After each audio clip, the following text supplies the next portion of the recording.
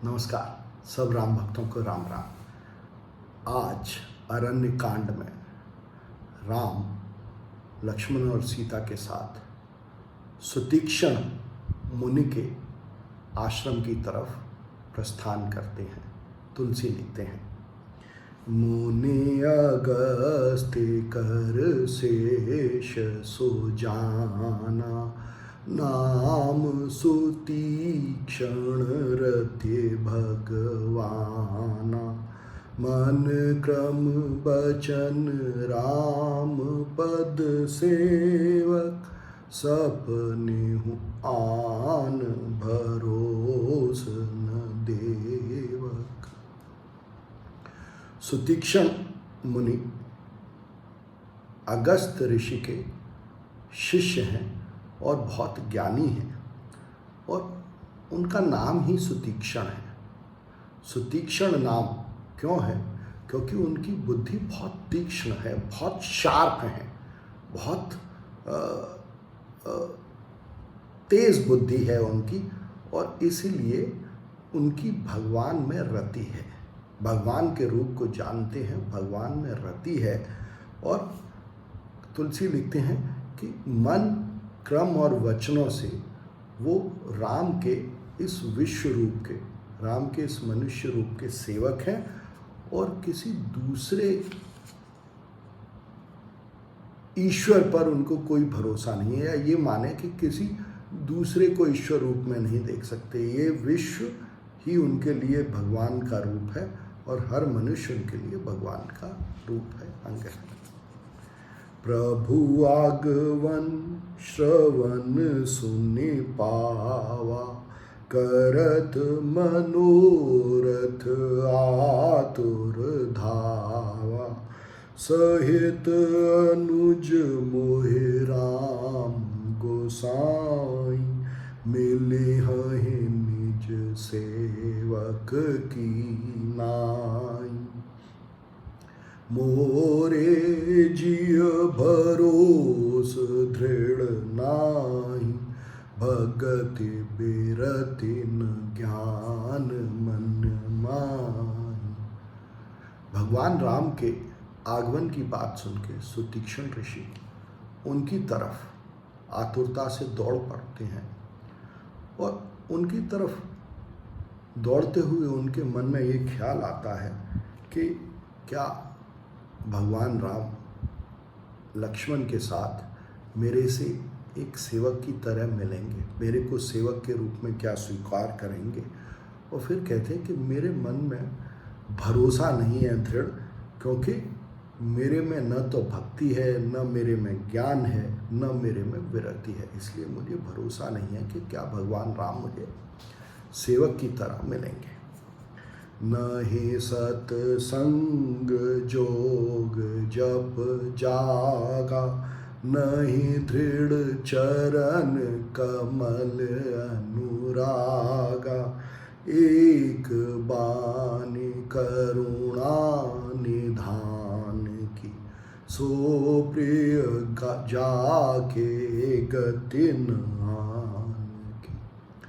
सुतीक्षण मुनि के मन में फिर संदेह उत्पन्न होता है कि न तो मैंने सत्संग किया है, न मैंने कोई योग किया है, न मैं जप किया है, न मैंने यज्ञ किया है, और न ही मेरे प्रभु के राम के इस रूप में, मनुष्य और विश्व रूप में दृढ़ प्रेम ही है, उसमें अनुराग भी नहीं है। और फिर कहते हैं कि पर मुझे ये मालूम है कि भगवान की एक आन है, एक उनका वचन है कि जो उन पर भरोसा करता है, जिसको कि और किसी पे भरोसा नहीं है, उसको राम, उसकी राम देख रेख करते हैं, उसको राम अपनी शरण में लेते हैं। निर्भर प्रेम गन मुनि ज्ञानी, कहे न जाए सो दशा भवान। इस प्रकार सुतीक्षण मुनि सोचते हुए भगवान राम के बारे में, उनके प्रेम में उन्हीं पर निर्भर हो जाते हैं, उनकी शरण में हो जाते हैं, और उनके प्रेम में डूब जाते हैं, क्योंकि उनके अलावा उनको और किसी का सहारा नहीं है।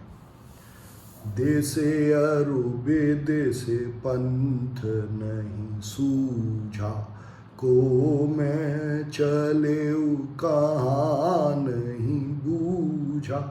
कबहुक फिर पाछे पुनि जाई, कबहुक नृत्य करए गुण गाय। क्योंकि सुतीक्ष्ण ऋषि राम के प्रेम में डूब गए हैं तो उनको रास्ता नहीं सूझता, उनको ये नहीं पता चलता कि वो आगे जा रहे हैं या पीछे जा रहे हैं। उनको ये भी ध्यान नहीं रहता कि वो कौन है और कहाँ जा रहे हैं। कभी वो नृत्य करते हैं, कभी वो भगवान राम के गुण गाते हैं और उनको कुछ मालूम नहीं अपने बारे में कि वो कहाँ क्या कर रहे हैं। अबेरल प्रेम भगत मुनि पाई, प्रभु देखे तरुओट लुकाई। अतिशय प्रीति देखे रघुबीरा, प्रगटे हृदय हरन भव भीरा। जब भगवान राम ने देखा कि सुतीक्ष्ण मुनि ने अतिशय प्रेम उनके मन में उत्पन्न हुआ है और उन्होंने भक्ति प्राप्त की है, तो इस प्रीत को, इस प्रेम को देखकर भगवान उनके हृदय में उनको दर्शन देते हैं, सब प्रकार के भ्रम को दूर करने के लिए। मुनि मग माझ अचल होए वैसा, पुलक शरीर पनस फल जैसा। तब रघुनाथ निकट चली आए, देख दशा निज जन मन भाई। राम को अपने हृदय में देख के सुतीक्ष्ण मुनि रास्ते में ही स्थिर बैठ जाते हैं। जब उनको बैठा हुआ देखते हैं तो राम उनके पास आते हैं और फिर राम क्या करते हैं, मुनि राम बहु भांति जगावा, जागन ध्यान जनित सुख पावा। भूप रूप तब राम दुरावा, हृदय चतुर्भुज रूप दिखावा। राम मुनि को जगाने की कोशिश करते हैं, पर मुनि तो भगवान राम के ध्यान में बैठे हुए हैं और जागते ही नहीं। तो राम अपना जो मनुष्य रूप है उसको छुपा के उनके हृदय में चतुर्भुज रूप में, इस विश्व रूप में प्रकट होते हैं। मुनि अकुलाए उठा तब कैसे, विकलहीन मनि फनि बर जैसे। आगे देखे राम तन श्याम, सीता अनुज सहित सुख धाम। सुतीक्ष्ण मुनि राम को अपने हृदय में विश्व रूप में देख के अकुला के उठ जाते हैं, उठ पड़ते हैं, जागृत हो जाते हैं और अपने सामने राम को मनुष्य रूप में देखते हैं, सीता जी के और लक्ष्मण के साथ। तब मुनि हृदय धीर धरि, गहे पद बारहि बार। निज आश्रम प्रभु आनि करि, पूजा विविध प्रकार। मुनि सुतीक्ष्ण राम, लक्ष्मण और सीता को अपने आश्रम में लाके उनकी पूजा करते हैं और उनकी स्तुति करते हैं भगवान के रूप में। कहे मुनि प्रभु सुनु विनती मोरी, स्तुति करो कवन विधि तोरी। महिमा अमित मोरी मति थोरी, जोरी, रवे सन्मुख खद्योत अजोरी। सुतीक्ष्ण मुनि भगवान राम की स्तुति करते हुए कहते हैं कि हे प्रभु, मेरी विनती सुनिए, मैं आपकी कैसे स्तुति करूं? मेरी बुद्धि बहुत थोड़ी है और आपकी महिमा बहुत बड़ी है। देखिए, सुतीक्ष्ण ऋषि हैं, उनकी बुद्धि बहुत तीक्ष्ण है। वो जानते हैं कि भगवान राम का वर्णन करने में उनकी बुद्धि समर्थ नहीं है, तो साफ साफ कहते हैं भगवान राम से कि मेरी बुद्धि बहुत ही थोड़ी है और आपकी महिमा बहुत बड़ी है। ये बिल्कुल ऐसे है जैसे सूर्य के सामने जुगनुओं का प्रकाश फीका पड़ जाता है। फिर कहते हैं, संशय सर्प सक्रसन और गाद, शमन सुकर कश तर्क विषाद। कहते हैं कि संशय रूपी सर्प को खत्म करने के लिए आप गरुड़ के समान हैं और आप सब प्रकार के कर्कश तर्कों से जो विषाद उत्पन्न होता है उसको खत्म करने वाले हैं। निर्गुण सगुण विषम समरूपम, ज्ञान गिरा गोतीतम अनूपम, अमलम अखिलम अन्वद्यम पारम, नौमि राम भंजन महिभार। कहते हैं कि आप का रूप निर्गुण है, आप सगुण रूप में हैं, आप विषम हैं, आप अलग अलग हैं और आप समान भी हैं, समान रूप में भी हैं और आप हर प्रकार के ज्ञान से, वाणी से और इंद्रियों से जो ज्ञान उत्पन्न होता है उससे परे हैं, उनसे इंद्रियों से नहीं जाने जा सकते। आप निर्मल हैं, आप अनंत हैं, आप इस भ्रम सागर से अपार हैं, इससे दूर हैं। और फिर कहते हैं कि हे राम, आप सब प्रकार के भ्रम को, सब प्रकार का जो भ्रम जो मेरे और मैं से उत्पन्न होता है उसको दूर करने वाले हैं।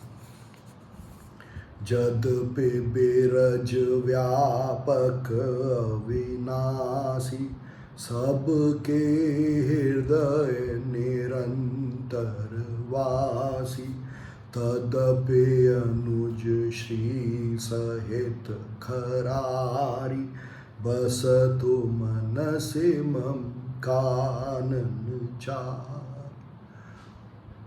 सुतीक्ष्ण मुनि भगवान राम से प्रार्थना करते हुए कहते हैं कि यद्यपि आप सब प्रकार के दोषों से दूर हैं, आप सर्वव्यापक हैं और आप अनंत हैं, आपका कोई अंत नहीं, आपका विनाश नहीं हो सकता और आप सबके हृदय में, सबके अंतर मन में निरंतर रहते हैं, पर फिर भी आप सीता जी के साथ, इस शरीर के साथ और मन के साथ जिस मनुष्य रूप में उपस्थित है मेरे सामने, ऐसे ही मेरे मन रूपी वन में निरंतर वास करें, जिससे कि मैं हर मनुष्य में आपको मनुष्य रूप में देख सकूं, हर मनुष्य में राम के रूप को देख सकूं।